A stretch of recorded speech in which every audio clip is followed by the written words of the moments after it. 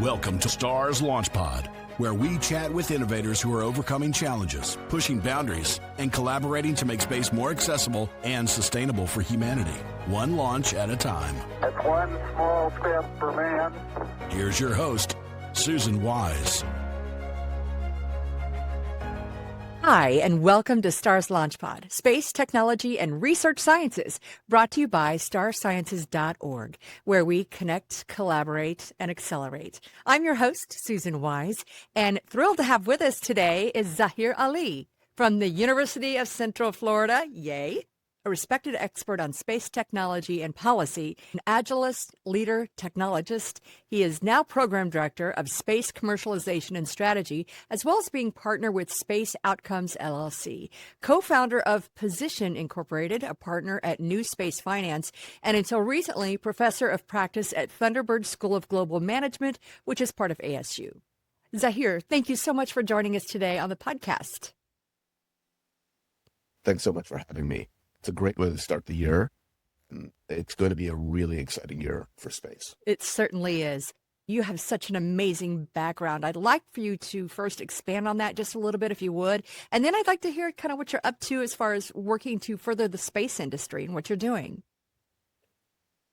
So I started my professional career as a research physicist. I'm still recovering. Recovering. Research is a special thing. I think it's very interesting.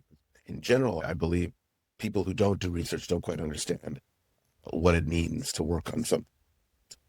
It's a question for a decade, perhaps. I'm not at all knowing what the result's going to be, but hoping that if you can get it right, it moves the needle for humanity.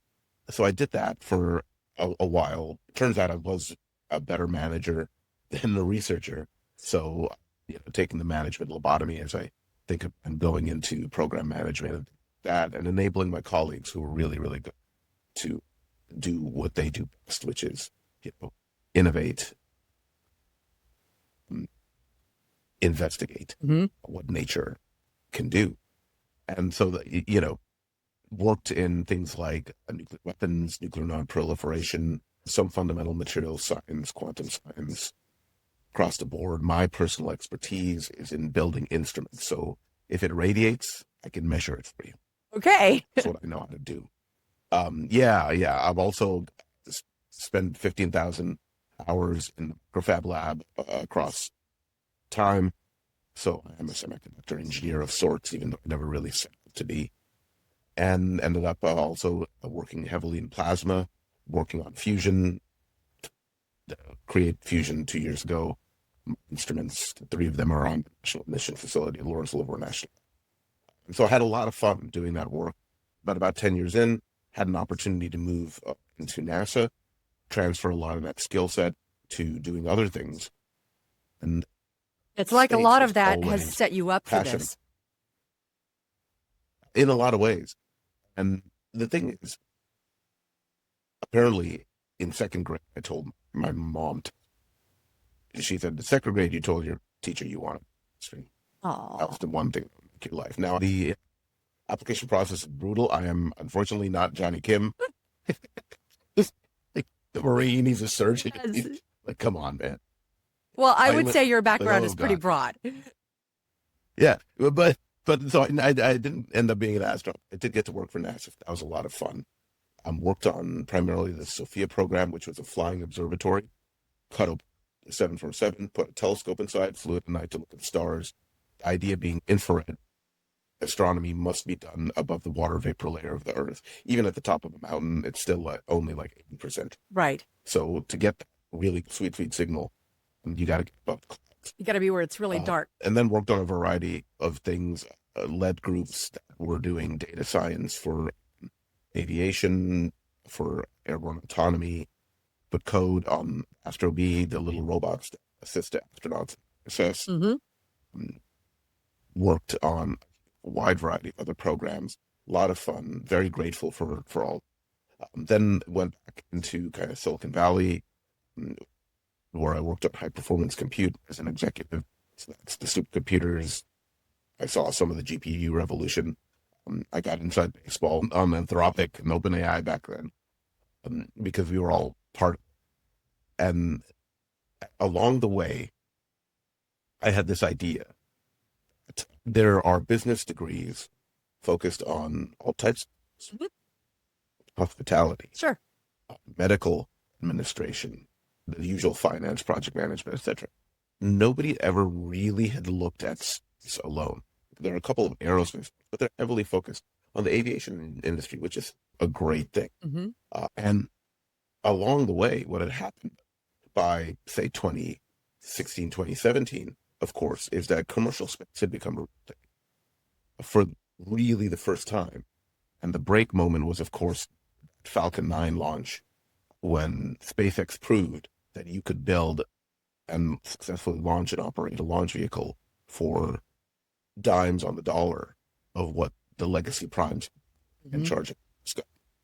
That reduction in launch cost of 10x has completely unlocked the revolution we now see in commercial space and enabled many follow-on companies to walk in the footsteps, whether it's Rocket Relativity, and Firefly on the launch side, or all these other companies that are doing amazing things, and we'll get into that. So I had this idea that there should be a business degree focused on space. Took it to my alma mater, Thunderbird. They launched it, and then they have pivoted to diplomacy and things, which makes sense for school. The University of Central Florida, which was founded in 1962, specifically to staff the Cape for the Apollo program. 30% Florida's aerospace talent comes from our university, over 3% nationally. We breed Yes, you aerospace do. engineers down here, and the country knows they're often the best in the world at many, many things.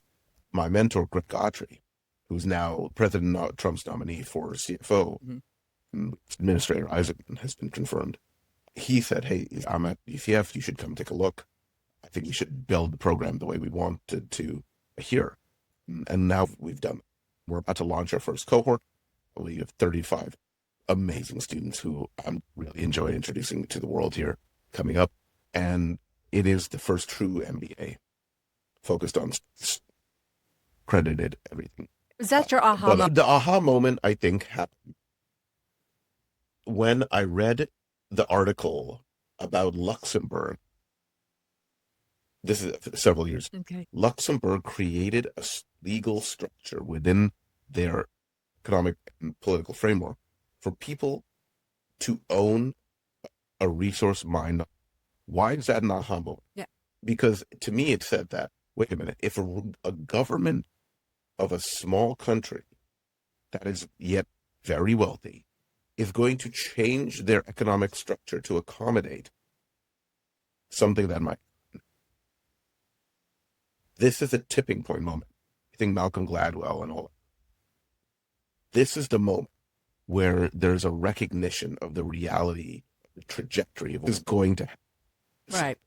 There will be people bringing resources from the moon or selling in a lunar economy. And therefore, this country of Luxembourg is trying to be a visionary and get ahead of it and create a structure so that they get a piece. Because the piece of the pie for the U.S., for France, for England, for China, for Australia is kind of guaranteed because we're economic gorillas. But this moment, somebody said, we need to get in on this at the ground floor.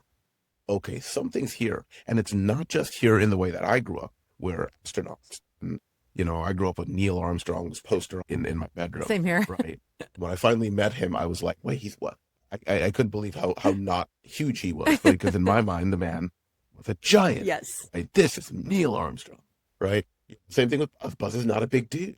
And then, and you meet him and they're shorter, and they're both shorter. And, right. I was like, what the hell? Had to fit in a rocket. Absolute. Yeah. These people to me were like, gods growing up. I know that like Buzz loves to move beyond what he and then the Apollo guys did. Yeah. Where it's not just government, it's not just military, it's commercial. Normal people, normal ideas, normal jobs even have an opportunity to participate in this. I said I can do some, I think, because I'm positioned both in the business world and I have the expertise as a technologist and credibility, and maybe I can bring them together. And it's gone really well. But I also advise a lot of companies about space. I'm on an advisory boards or direct boards of a dozen space startups and work with a variety of companies. But the real thing, the fundamental, I think the interesting thing is that there is now an opportunity for everybody to be part of the space economy, for everybody Well, to contribute and get something. It's going to affect all of us anyway. So why not, Well, it has already. Yes. We just don't think it. Right. And when it comes to commercialization, it's really a good thing because it always comes back to funding and getting the amount of money to fund all the research and all these opportunities. And if you're relying on a single government or a couple of governments to make it happen, I just feel like making it commercial is only going to help with the funding. Am I wrong? Well, you're not wrong. What's fun is that that's only because, yes, for the fundamental research and things, the funding is always a challenge. But what's interesting is moving beyond the fundamental research and moving to where it's very practical. So, for example, there's been research on the International Space Station, funded in different ways, NASA, National Science Foundation, other governments, that show certain types of crystals have 10 times greater effectiveness in battling certain types of cancer when they're created in microgravity. Okay. They tested these on mice. So why is that so? It's because in microgravity, crystals can grow more naturally, meaning in a free environment. When you grow a crystal in gravity, gravity's always pulling down. Right. And this example is close to my heart because as an undergraduate at my lab in Livermore, I was low man on the totem pole in my research group. And so guess who got to come in at midnight during summer to flip the crystal growth chamber so that the crystal grew evenly? That was you. Right. Yeah, exactly. It was me.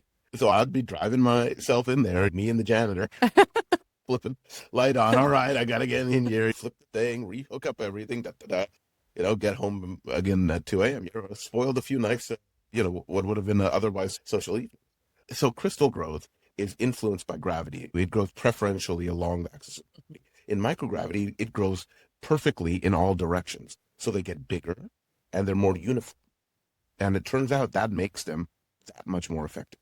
So that government research that is now being picked up by doctors, pharmacists, and the companies that employ them. And they're saying, look, we're going to make a chemical foundry in space to take advantage of all the microgravity products that are going to be so much better than those that we could ever possibly make on Earth because of physics. Right. Like, it's just physics. You can't escape gravity on Earth. Not that you want to, but it's good for a lot of things, right? I don't have to tether my children. My bike works because there's friction. As Bill Nye once said famously, a world without friction would be dangerous, right?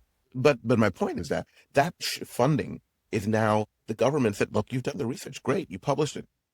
Are you done? You have to move on. You have to do the next. Right.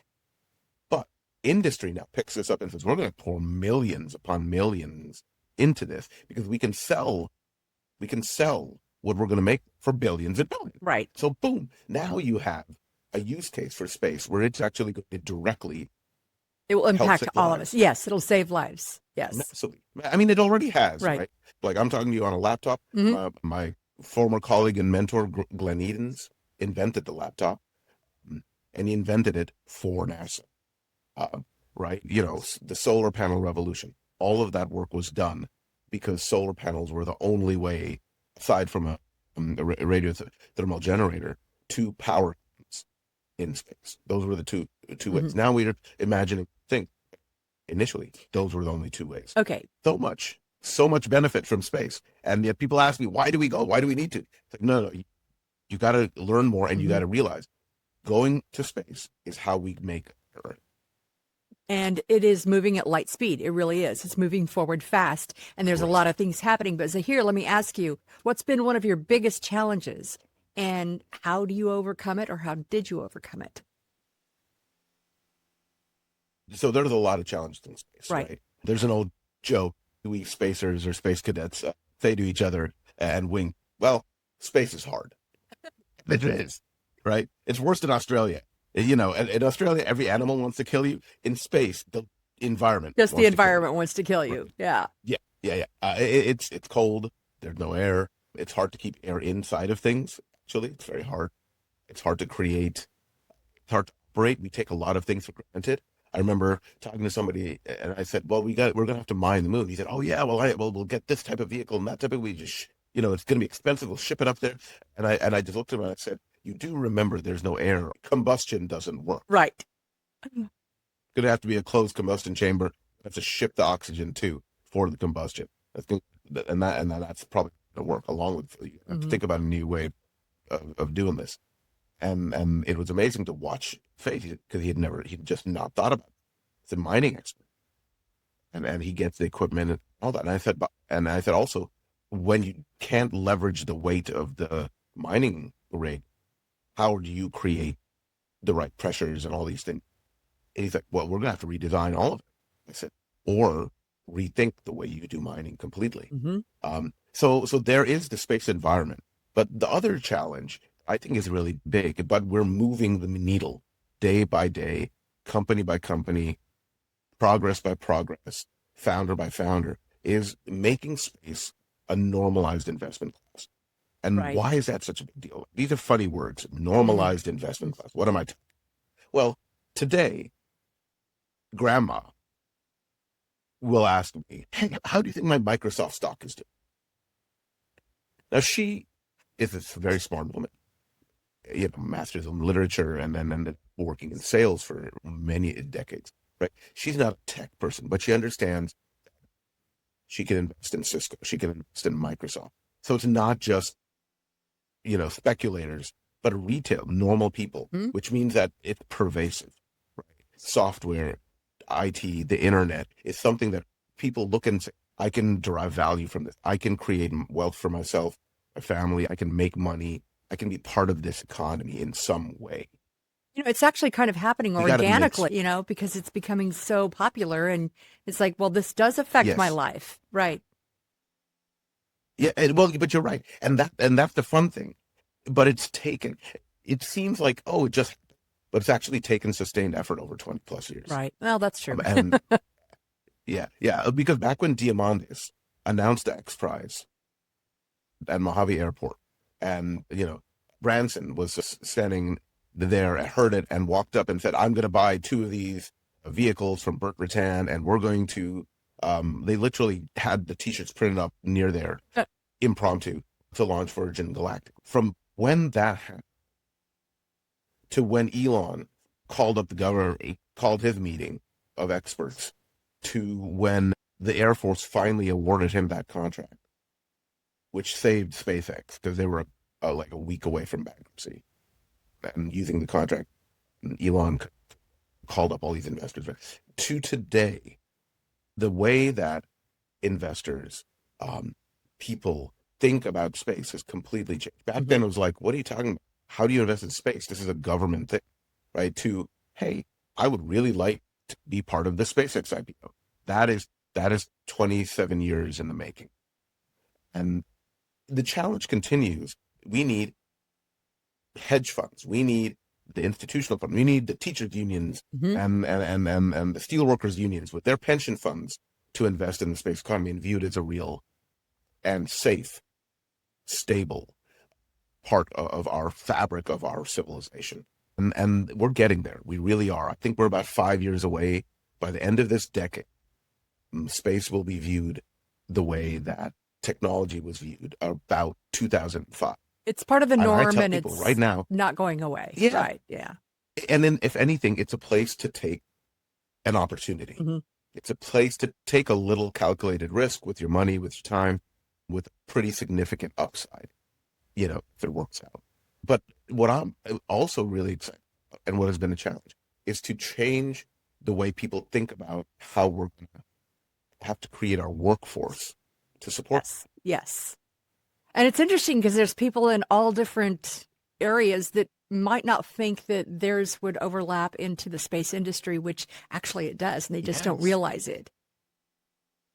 Well, you're exactly right, Susan, and I appreciate you bringing up that point because it's really smart. Every profession is going to be part of the space company It is. because we're not talking about a technological breakthrough or a new connectivity like the internet was. We're talking about a frontier that is effectively infinite, at least infinite for our technology and our time and our lives and our time scales. So we need welders and pipe fitters and bakers, right? Butchers, bakers, candlestick makers, right? Exactly. All of the above is going to be critical. Whether you're a poet or a chemist, you need to be part of this. I was just reading about an experiment that was done years ago. And then it was with mice, and they'd given them a lot of infinite resources, kept them in a confined environment, and they basically killed themselves in a generation. And the conclusion was, it's because we didn't give them anything to do. There was no enrichment. So at the same time as you can get astronauts fed and nutritionally managed, you also have to take care of their brains and their hearts. Yep. Right? So everything we do as humans is going to be part of the space economy as we start living there and thriving, which means every single profession, everything we do, every type of individual is going to have an opportunity to be part of this and to do something significant on this new frontier for humanity. So here, it's an exciting time. You have a piece of advice you'd like to share with our listeners before we wrap up? I will leverage something that Peter Beck, the founder of Rocket Lab, told me. You got Bezos and Musk and Branson, these amazing people who have really driven this company. Peter Beck is kind of special to the community because he was the guy who went to work at his dad's machine shop and then stayed after hours, built model rockets on those machines and launched them, and then had the audacity to say, why can't I just start a rocket company? So whereas people like Musk and Bezos and Branson bought in, right? They're not original space people. They bought in. Right. Peter is one of us. He was the geek with the thing, adjust the fin like this, and we'll do this, and tweak the nose cone, and we'll get this thing up there, and let's get another 500 feet, right? The conversations that happen in the rocket clubs around America and the world, at the USC Rocket Lab or at the UCF Rocket Club, where you've got enthusiastic young people, bated breath and creating these things, trying to figure out that next problem, that little edge that they can get, right? That energy, that fundamental passion. And I asked him in an interview, I said, Peter, what would you say is the number one requirement to be part of the space economy? And he said, look, I don't have a degree. He doesn't have a degree. He never had a degree. He just did stuff. CEO of $1 billion rocket company, but he's a rocket geek at heart. That's why we love him. What he said at Rocket Lab, your degrees and things are relevant because we need to know how to do things. But fundamentally, none of that is more important than passion. The passion. Space. Passion for the frontier. Passion to take humanity to where it can go. And we don't know where we can go. We don't know how far. We don't know how amazing we can create ourselves and our civilization. But those of us in this community, right, then you're part of it. We're all committed to finding out and doing our part. And that passion is what I would say, and I would like to pass on to people, is that when we're kids, we look at the stars. And most people at some point kind of say, well, they're there. I got to deal with down here. And I get that. We all, practicality, that's growing up. But now there's going to be an opportunity for all of us kids who look at things like Space Camp and Space Mountain and Disneyland and all these things that drove us to this, to actually really concretely be part of it in all these ways, whether you're in law, finance, whether you're interested in food and the culinary arts, all of it's going to be required. But if you can bring your passion, there's a place in space for you. And that is your passion project, I assume. All of it. I would like to say that I helped create this for people to space, because I think there's an opportunity to be the best humans we can through this endeavor. Zahir, thank you so much for sharing your journey and your story. And I look forward to talking to you again. And just thank you so much for joining us today. Well, Susan, I really appreciate you having me. Would love to have you down at the University of Central Florida, Space U as we call it. Sometime you could do this in person and chat with some of my other colleagues who are equally, if not more amazing. But in the meantime, let's make 2026 great. Absolutely. And let's, as Jared Isaacman said, we're building a base on the moon, so let's go. All right. Thank you, Zahir. Thank you so much. Be sure to join us where we connect, collaborate, and accelerate. Now, if you enjoyed this episode, please leave us a review and subscribe. And until next time, keep looking up. Don't miss an episode. Subscribe on your favorite streaming platform. Watch us on YouTube and follow us on social media. Stars Launch Pod, propelling us forward, one launch at a time.